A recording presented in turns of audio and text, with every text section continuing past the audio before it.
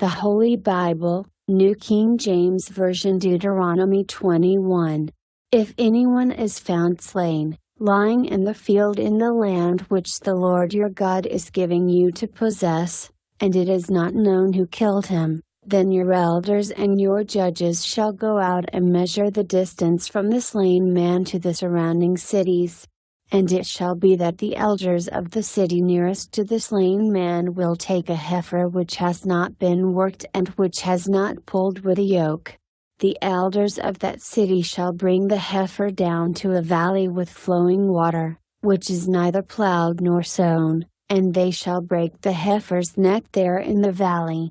Then the priests, the sons of Levi, shall come near, for the Lord your God has chosen them to minister to him and to bless in the name of the Lord. By their word every controversy and every assault shall be settled. And all the elders of that city nearest to the slain man shall wash their hands over the heifer whose neck was broken in the valley. Then they shall answer and say, Our hands have not shed this blood, nor have our eyes seen it.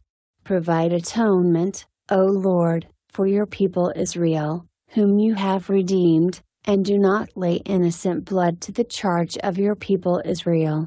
And atonement shall be provided on their behalf for the blood. So you shall put away the guilt of innocent blood from among you when you do what is right in the sight of the Lord. When you go out to war against your enemies, and the Lord your God delivers them into your hand, and you take them captive, and you see among the captives a beautiful woman, and desire her and would take her for your wife, then you shall bring her home to your house, and she shall shave her head and trim her nails. She shall put off the clothes of her captivity, remain in your house, and mourn her father and her mother a full month. After that you may go into her and be her husband, and she shall be your wife.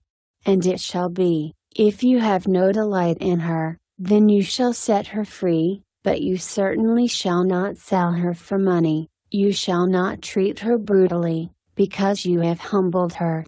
If a man has two wives, one loved and the other unloved, and they have borne him children, both the loved and the unloved, and if the firstborn son is of her who is unloved, then it shall be, on the day he bequeaths his possessions to his sons, that he must not bestow firstborn status on the son of the loved wife in preference to the son of the unloved, the true firstborn. But he shall acknowledge the son of the unloved wife as the firstborn by giving him a double portion of all that he has, for he is the beginning of his strength, the right of the firstborn is his. If a man has a stubborn and rebellious son who will not obey the voice of his father or the voice of his mother, and who, when they have chastened him, will not heed them, then his father and his mother shall take hold of him and bring him out to the elders of his city, to the gate of his city. And they shall say to the elders of his city, This son of ours is stubborn and rebellious, he will not obey our voice. He is a glutton and a drunkard. Then all the men of his city shall stone him to death with stones. So you shall put away the evil from among you, and all Israel shall hear and fear.